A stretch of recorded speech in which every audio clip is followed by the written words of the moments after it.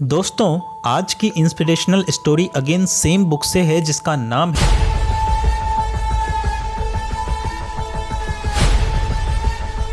तो कहानी कुछ ऐसी है कि हफीज अफ्रीका का एक किसान था। वह अपनी ज़िंदगी से खुश और संतुष्ट था। हफीज खुश इसलिए था कि वह संतुष्ट था। वह संतुष्ट इसलिए था क्योंकि वह खुश था। एक दिन एक अक्लमंद आदमी उसके पास आया। उसने हफीज को हीरों के महत्व और उनसे जुड़ी ताकत के बारे में बताया।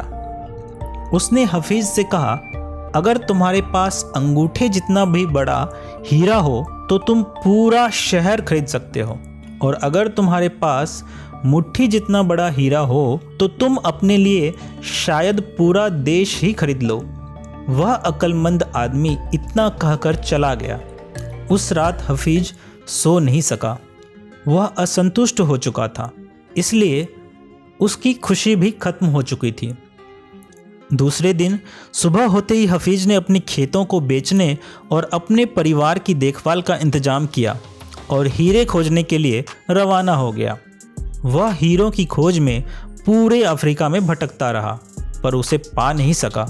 उसने उन्हें यूरोप में भी ढूंढा, पर वे उसे वहाँ भी नहीं मिले। स्पेन पहुँचते पहुँचते वह मानसिक, शारीरिक और आर्थिक स्तर पर पूरी तरह से टूट चुका था। वह इतना मायूस हो चुका था कि उसने बार्सिलोना नदी में कूदकर सुसाइड कर लिया।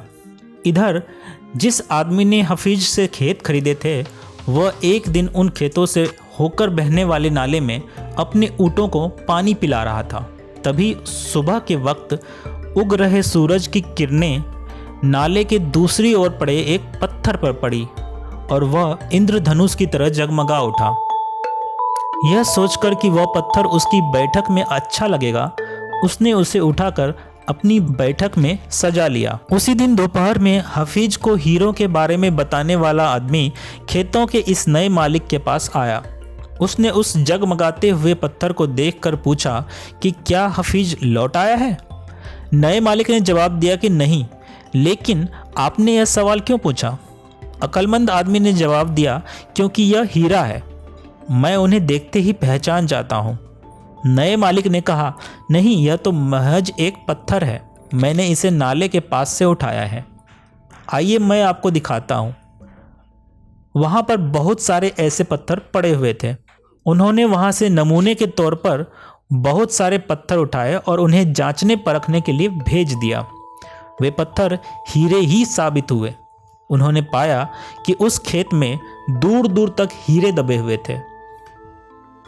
तो फ्रेंड्स, इस कहानी से हमें क्या क्या सीखने को मिलता है? टोटल 6 चीज़ें हैं जो हमें इनसे सीखने को मिलती है। पहला, कि जब हमारा नज़रिया सही होता है तो हमें महसूस होता है कि हम हीरों से भरी हुई ज़मीन पर चल रहे हैं। मौके हमेशा हमारे पांव तले दबे होते हैं। हमें उनकी तलाश में कहीं जाने की ज़रूरत नहीं है, हमें केवल उन्हें पहचान लेना है। नंबर 2, दूसरे के खेत की घास हमेशा हरी लगती है। हम दूसरों के पास मौजूद चीज़ों को देखकर ललचाते रहते हैं, इसी तरह दूसरे हमारे पास मौजूद चीज़ों को देखकर ललचाते हैं। हमसे अपनी जगह की अदला बदली करने का मौका हासिल करके उन्हें खुशी होगी। जिन्हें मौके की पहचान नहीं होती, उन्हें मौके का खटखटाना शोर लगता है। मौका जब आता है तो लोग उसकी अहमियत नहीं पहचानते। जब मौका जाने लगता है तो वो उसके पीछे भागते हैं।